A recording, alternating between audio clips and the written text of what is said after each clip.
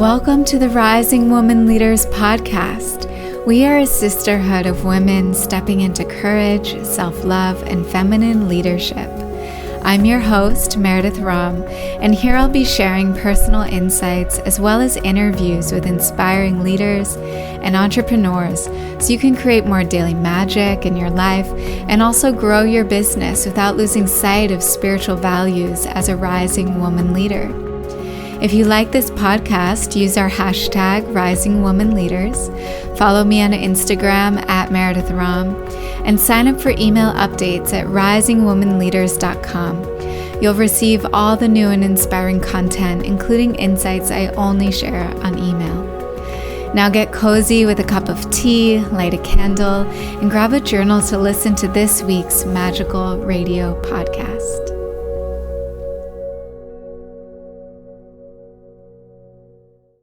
Today's episode was originally released on the Ladies Who Lead podcast, where my friend Luna Love interviewed me last March. I had a great time talking with her more about my personal story of what led me to my current work, as well as my 4 keys for feminine leadership. I thought I'd share the episode with you here today on Rising Women Leaders. If you're enjoying our podcast, it would be awesome if you left us a review in iTunes. Let me know what you've thought of the episodes, if you have any favorite ones, any topics you'd love to hear me talk about in the future. Now, without further ado, I hope you enjoy today's show. Today, I am blessed to announce that we have the phenomenal Meredith Rom.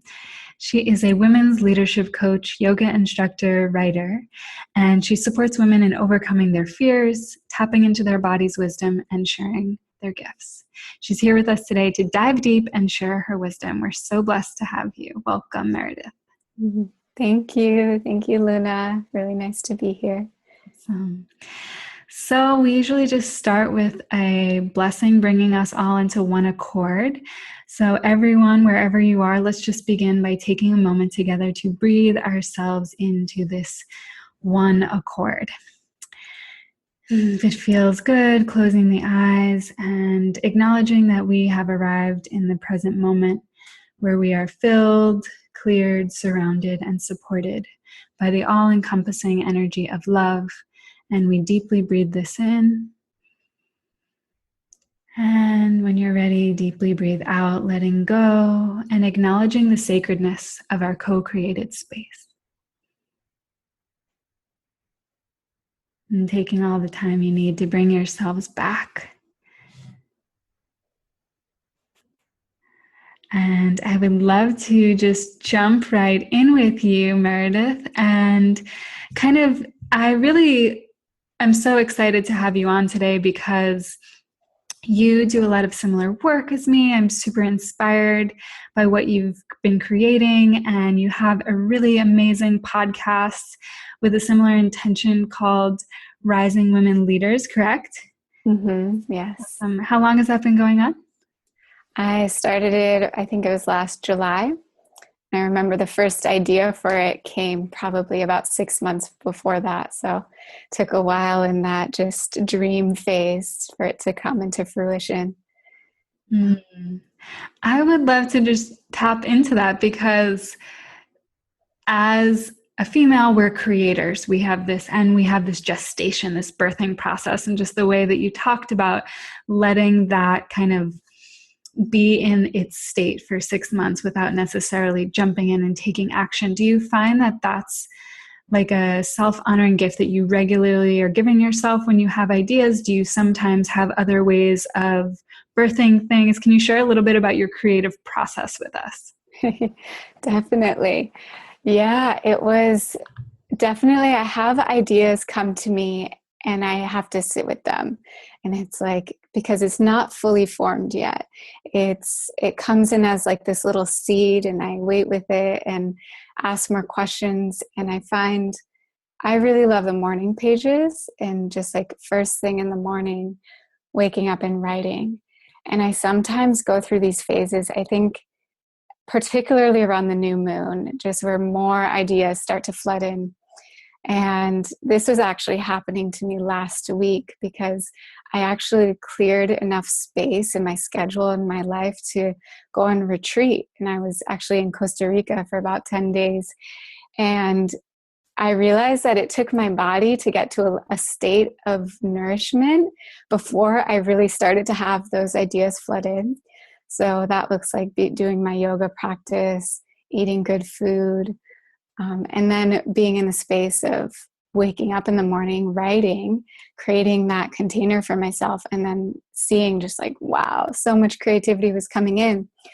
And times in my life when I'm really busy and just doing the day to day and feeling exhausted, the ideas aren't as readily there.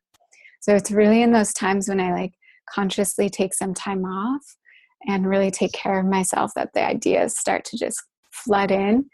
And like you said, a new idea just came to me in the last couple of weeks, and around like the hero's journey and the idea of Odyssey and supporting women to rise up together, which I think is going to become a program. But it's just right now, like, okay, just sitting with it and waiting to see what that's going to come and turn into. So sometimes we have to be really patient. And this is also true too, like when I came up with the ideas of rising women leaders, the first thing that came to me was like, oh my God, I need to do this like huge program with 3 retreats and like a podcast. And it was such a big idea. And I was like, okay, I need to take it down and like, let's just do a little bit at a time. Let's just focus on interviewing people. Let's focus on learning. Let's do our research. And then I took the next little step, which is like, okay, I want to lead a retreat. I want to see what that's like. So that's what I've been planning for now. And then it's like, once you get to that next step, a new idea can come in. You get to that prepared place. I love that. I love hearing your process and knowing that we all have our own unique way of receiving. And I think that's such a big part of what's different about when I or you or some of us talk about feminine leadership. It's not just a woman in a position of power or leadership. It's doing the same kind of thing that we've been seeing just in the female like physical form. It's really about a whole new approach and a way of being that I think you really tapped in, which is a lot about receptivity and just kind of like co-creating with spirit, receiving the moment, receiving the guidance, receiving the direction, and trusting that deeply. And I think it's from that trust, the women who really build a relationship of trust with that energy, that step into leadership. Mm-hmm. So I know that you have kind of an interesting journey of your own, and I'd love to just hear a little bit about your journey. Have you always kind of felt this thing inside of you that was meant to be in a leadership role? Has that been a challenge for you? It's actually been my biggest fear. And it's from that place that I've learned over the years to follow it. So I'll tell you a little bit about how I came to do this work. And I was living in New York City about 6 years ago. I grew up in New York, was spending most of my life there. And I was studying in school in like the heart of the East Village. Really had a lot of busyness in my life. Was studying graphic design, spending lots of time on computers, and what started to happen is I started to feel really exhausted. I started to like take on that energy in my body, started to get headaches and chronic body pain. And I was pretty disconnected from that intuitive, receptive place because I was so quick to numbing myself out. Because when I started to feel that pain, it was like, oh, I don't want to deal with this. What can I go to? So it was, alcohol or parties, distractions. Sugar was one of my best ways to distract myself from what I was really feeling. And what I started to see is like in our society, we are really quick to numb ourselves out rather than really tuning in and seeing what's there.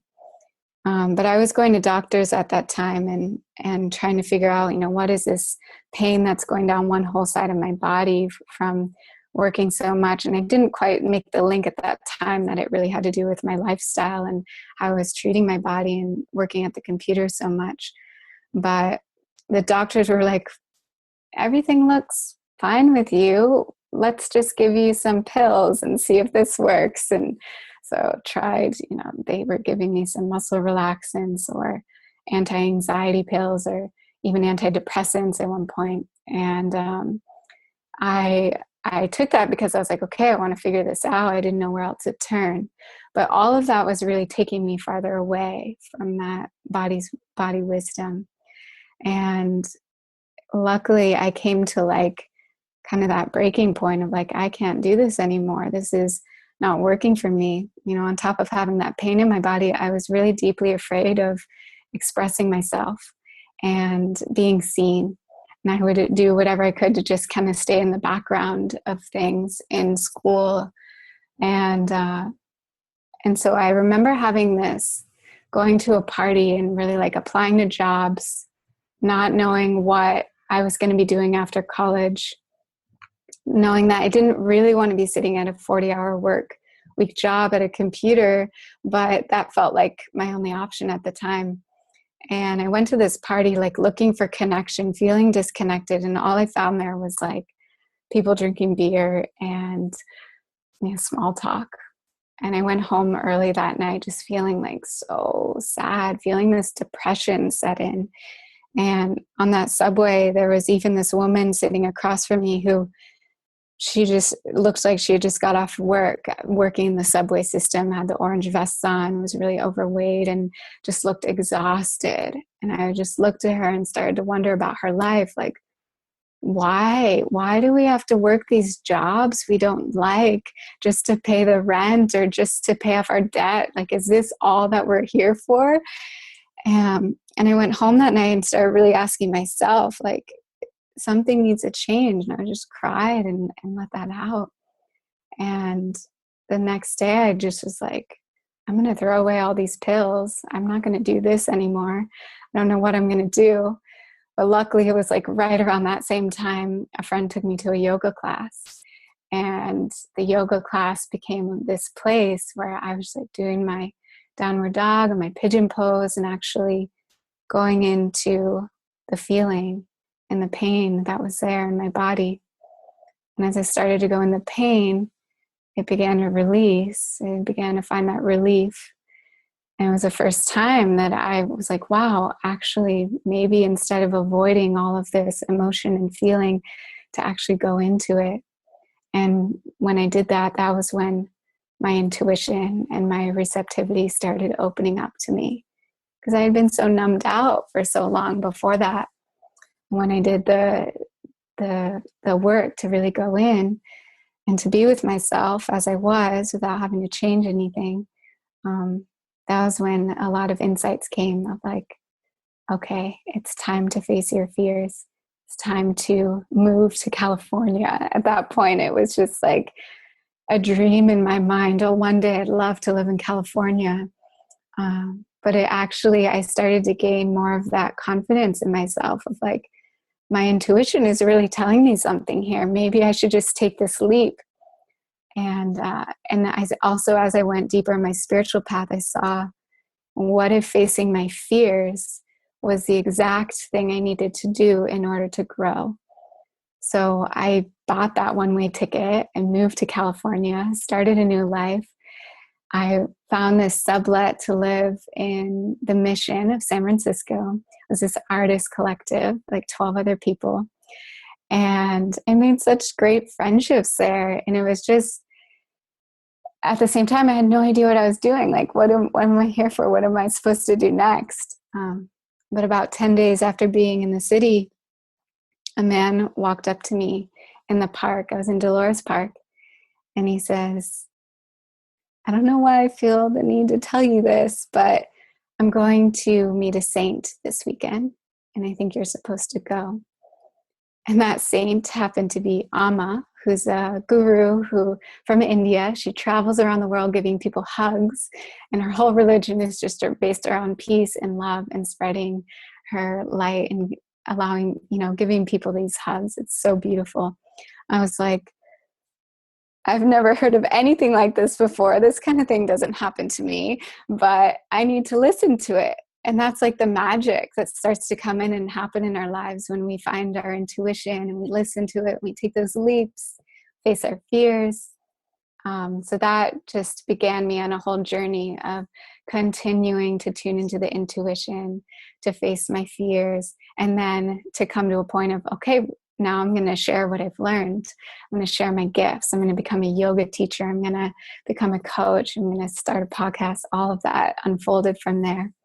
But it really took baby steps along the way and really trusting in the process. And so now, here I am a few years later after having faced a lot of those fears. And there are, of course, still more to be faced with. But it's really beautiful to see that there is a ripple effect. Like when we start to do that and we start to tell our stories, that more women really start to feel encouraged to do the same. I totally agree. Thank you so much for sharing that beautiful and inspiring story.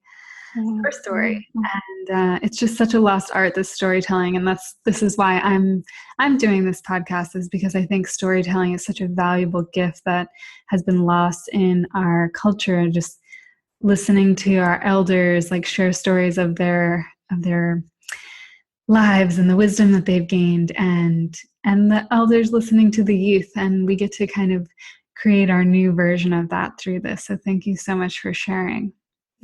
You're welcome. Yeah, thank you for creating the space. And I work with women as well in a similar way, and I see this pattern of this voice of fear that says I can't because, with a myriad of reasons, these self-limiting beliefs. And I hear that like stepping into this has been your greatest fear, is what I believe I heard you say. And I know that the element of life purpose that really makes us feel fulfilled is service, and how you stepped into that, and you've been doing it for a while in your own way, and it continues to grow and evolve. But for me, and what I hear you say is that voice still is there. How do you relate to that part of yourself that says I can't because, or the fear? And when that comes up, like what do you do? You have patience and really love that part of yourself. And sometimes it is too soon to just jump into facing the fear. So having the space of like, okay, I can love myself for exactly where I am right now. And I don't have to push too fast. And at the same time, what's been a really good determining factor for me is if I feel fear, but even if there's just a little bit of excitement with that fear, that's a really good sign that that's something you're supposed to walk closer to. And we can create really supportive ways for ourselves to do that.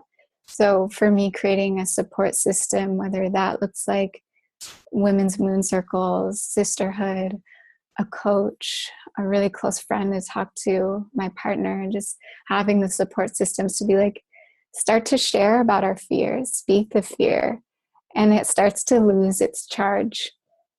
And then just taking the really small steps forward, and just knowing like, okay, I know this is a fear and there's a voice of self-doubt saying maybe I can't do this, but I'm just going to tell myself I can do it. And you start to like, maybe that part of our mind that was so big, it starts to become a little smaller, and we can say, I know you're there, I acknowledge you, but I'm going to do this now because I'm excited about it. And I know I'm going to feel really good after. And then that's the other piece, is just having little opportunities where we get to feel that sense of pride and accomplishment. And then we feel that's the driving force to move forward. So it's like, I remember the first yoga class I taught was in front of like 2 people. And it was just, I needed that confidence for them to be like, that was so good. Keep going. Great. And then it was a few more people. And then it was in a studio. And then it was able to grow from there. And so now I know I'm still at the point of like, okay, what's next? And it's just, there's a little bit, we get to a place, like when you think of people I look up to Gabrielle Bernstein a lot, and I think of her, speaking to these huge crowds. Even her had to start somewhere. She had to start in a really small, humble place of just gaining that confidence little by little. And then we find that we can do it. So yeah, that's been my process. I love that. I love that that's your approach, because that is my approach. It's really like I have this practice. I'm in a women's coaching program that I'm doing now. Yesterday, our call was about resistance and how it's this like ever-present force in the world. And I love Stephen Pressfield's the War of Art and his relationship to resistance. And my added piece is really that kind of approach of and loving and acknowledging the part of yourself that feels that way. I think that's an integral piece that kind of gets overlooked in that publication, and it's so valuable. But that's the feminine approach, is like when we can add that piece, it brings in the nurturing, it brings in the child who's wounded or whatever aspect of ourself, and kind of, I love Gestalt therapy, so just like relating to aspects of ourselves and acknowledging them. So I love that you're practicing that and teaching your clients and other women to bring that level of compassion forward towards themselves, because if we can't relate to ourselves that way, it's definitely a lot more challenging to share that with others. So awesome. Yeah. Thank you. Yeah, definitely. So now that you have stepped into this form of service and this form of leadership, and even though these fears are there, you continue to persevere. I always say that there's two voices, the I can and I can't. And as long as you feed that energy of the I can one, like it will guide you through. So I know that you've developed these 4 essential keys to feminine leadership. Mm-hmm. And I would love to learn more about that, if you would share that with myself and our listeners. Of course, yes. And this actually relates back a lot to my story. So the first one that I was thinking about when I was going back and thinking, okay, how did I go from that place of feeling really afraid, really shut down, not wanting to be seen, and to where I am now? And the first piece was really around listening to my body's wisdom. So a lot of times our body starts to show us signals or symptoms when something's not working in our life. So that came up for me in a few ways around having the pain in my body, the headaches, even I was getting acne at that time. It was like all of these things were coming up because I wasn't looking at more the root of the problem, which was like, I'm not expressing myself. I'm not allowing myself to be in my full creation and being seen. And so like these blocks are coming up and showing up in my body. So first, just addressing what is our body showing us and how can we be really self-loving and create that space for intuition to thrive. So for me, some practices that help me with that are meditation, yoga, exercise, eating good food. When we can just become more of the clear channel and really tune into that like really quiet voice in our heart, that is that call. That's the beginning of the hero's journey, is just like listening to the call and our soul wanting to step out into adventure. So that's the first. It's just listening to your body's wisdom. And from that place, I started to have a lot of ideas come up, which leads us to the second step, which is facing the fears. How can we face our fears in a really loving way? Step outside of our comfort zone. So I remember going through college and thinking public speaking was a huge fear of mine. And I was like, I'm just going to take all the classes where I never have to speak in front of the group. And I was like, once I get through college, I'll be set. I never have to worry about it again. And as soon as I graduated, I realized that wasn't really the case.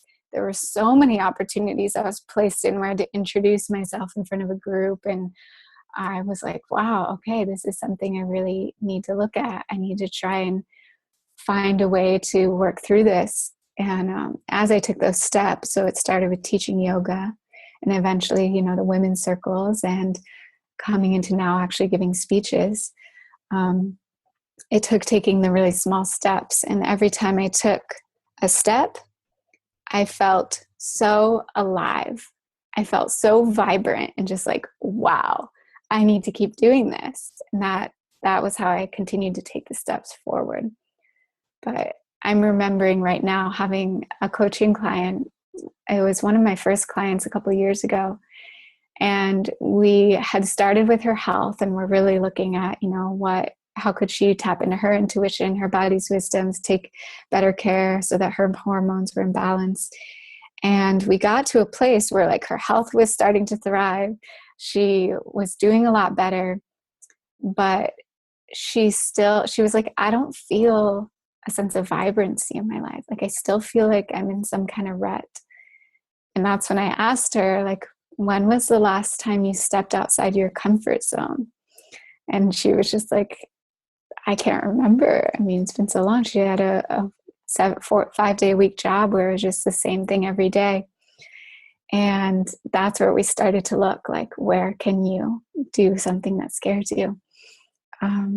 And she actually started taking more leadership roles within her work. And she was even invited, she volunteered to go and give a presentation at some conference that was related to her work.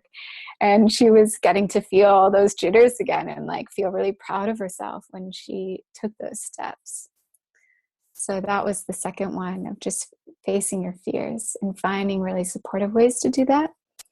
And so the third step I found is around finding that support, the layers of support that you can start to step into that.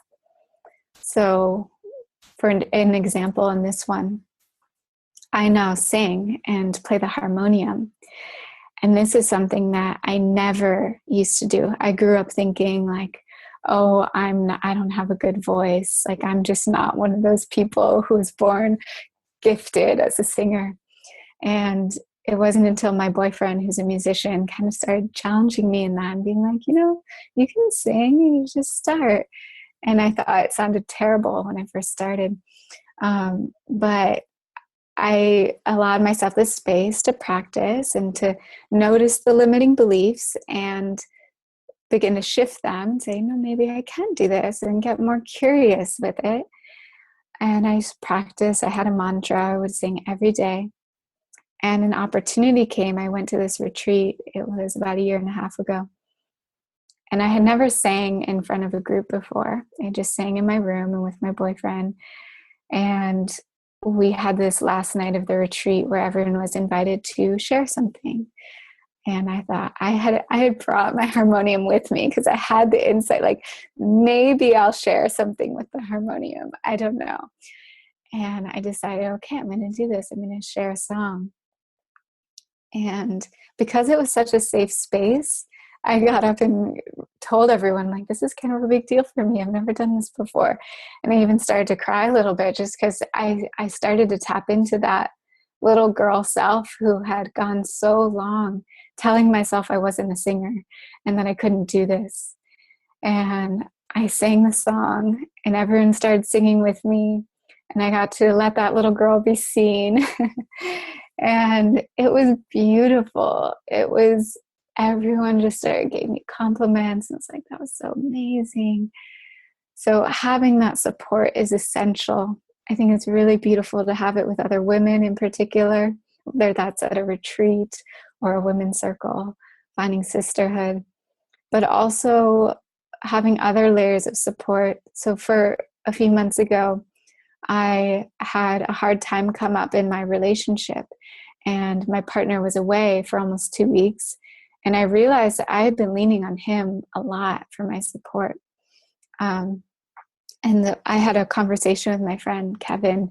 We were talking about just the hard time that I had been going through, and I was telling him about it. And he's like, Meredith, if you're just relying on one person, it's kind of like standing on top of a flagpole. And it gets really shaky if that person starts to sway from side to side or their energy is moving somewhere else for a little bit. And he's like, but if instead you can become like a spider and have all these legs and have all these layers of support, and you have your friends and you have your women's groups, and then maybe you have a coach or a therapist or a healer, that's so much more supportive that you don't need to just rely on one person. So having the support, and that's a lot of what I do in my work, is with the women's leadership around bringing women together, and let's share our stories, and let's create a container where we can feel safe and we can be vulnerable and share. And then the fourth piece that I'll share is around sharing our gifts. So I think we all have a deeper soul's calling. And if we are taking those steps to go on our soul's adventure, to step out of our comfort zone, to really listen to our intuition, we learn a lot through that process. We gain skills. We have natural abilities. We have things we learn. And I think the biggest piece is for us to come back and start to share those gifts, share what we've learned. And I know for me, in times when I feel like stuck or maybe feeling sad or depressed, if I have the opportunity to share myself and share my gifts and be of service and help someone, like that totally flips. It shifts totally around. So finding those opportunities, and even if that, you don't have to be an entrepreneur or necessarily even consider yourself this big leader in order to share your gifts. Each of us have our gifts that we can share. So there are a lot of ways that we can begin to nurture them and bring them to the surface and share them with people around us. Awesome. I love those 4 pillars. Those are great. And I just love what you shared at the end. I really relate to leadership as like a way, rather than like a role or a title, really like a way of being. And we can be leaders in just by the way that we show up in our household, in our families, in our relationships, in our jobs, it doesn't have to be a big platform speaking in front of thousands of people. Like, we're leading in our relationships, and that's just 2 people, each relationship. And so it's really the way of being that we bring forward. And Kevin, your friend, has very wise words. I appreciate that. And I think that's a really valuable gift for a lot of our listeners as well. Mm-hmm. Awesome. So any major, you just shared so many gems, but major tips and tools. I really love the courage piece as well, that you feel like is important for women who are hearing this call inside of them, who know that there's more, and who are held back for whatever reason, whether that's most of the time just self-limiting beliefs. What tips and tools can you give for those women as someone who has really stepped up in that area? Yeah, definitely. Yeah, so I know when we're starting out and we feel the call, it can be really hard to know where to start. And I'll share something that I did that was so helpful was first just acknowledging that it wasn't all in my hands, that there is a greater power that we can ask for help with and support from. And what I started to do was write the vision that I saw for my life and what I wanted to create. And then I began to write it in the present tense, as if I was already doing it, and really start to feel in my body what it would feel like to have this vision come true. And so I wrote it out, and I even brought it down to the essence of just 1 or 2 small pages. And I began to speak that out loud after my meditation practice. So this is a really beautiful piece that anyone can bring into their lives. If they have a meditation practice, or if they want to start one, just spending some time tuning in, being with their body, being with their breath. I love to bring in singing to my morning meditation practice. And at the end, to just tune into a sense of gratitude. I love the affirmation, I have everything I need, and I welcome so much more. Just to know that there is so much more we're opening to, but we're also really grateful for what we have. So to speak that out loud in the mornings or in the evenings, speak it in the present tense, and to offer it up into the hands of the divine, and to just say, this is what I'm calling in. This is what I need. This is what I want to be in service to. But I don't know where to start. If we can just let ourselves start with the what and get clear on that and not worry about how it's going to happen, but just have more trust in it, that's when I think we start to just be given what we need along the way. And of course, this is a more feminine aspect of just really asking the universe to be the witness and to start to catalyze what we want and need in the world. But I'd say it's also really important to pair that with little action steps and to face your fears and to actually look at that vision and start to break it down into, well, what is one thing I could do in the next week that would really help me step closer to this vision? And usually you'll find the most highly leveraged action step you can take if it's something that scares you. And when you just receive support around that and go out there and do it, take that action step, it's like the universe is going to meet you. The universe will bring you halfway, but you have to go the other half. And sometimes that other half is a little farther than you think. So you have to take those steps forward. But those would be the biggest ones for me, of just meditation, morning practice, being in devotion, connecting to something you want to see happen in the world, and just allowing your heart to feel so connected and focused around that like it just has to happen. And whether that you send that energy out into the universe and you also take some steps forward in your tangible life, that's when you'll start to see huge shifts start to happen. Those are great. Really, really great tips and tools. I love that. So we're going to wrap up, and our bonus question is if you could just share 1 to 3 women who have just really, really inspired you in this way of that they have really embodied these qualities of empowerment and feminine leadership in their lives and have kind of given you this permission piece as well, just seeing that embodied. Who would those be?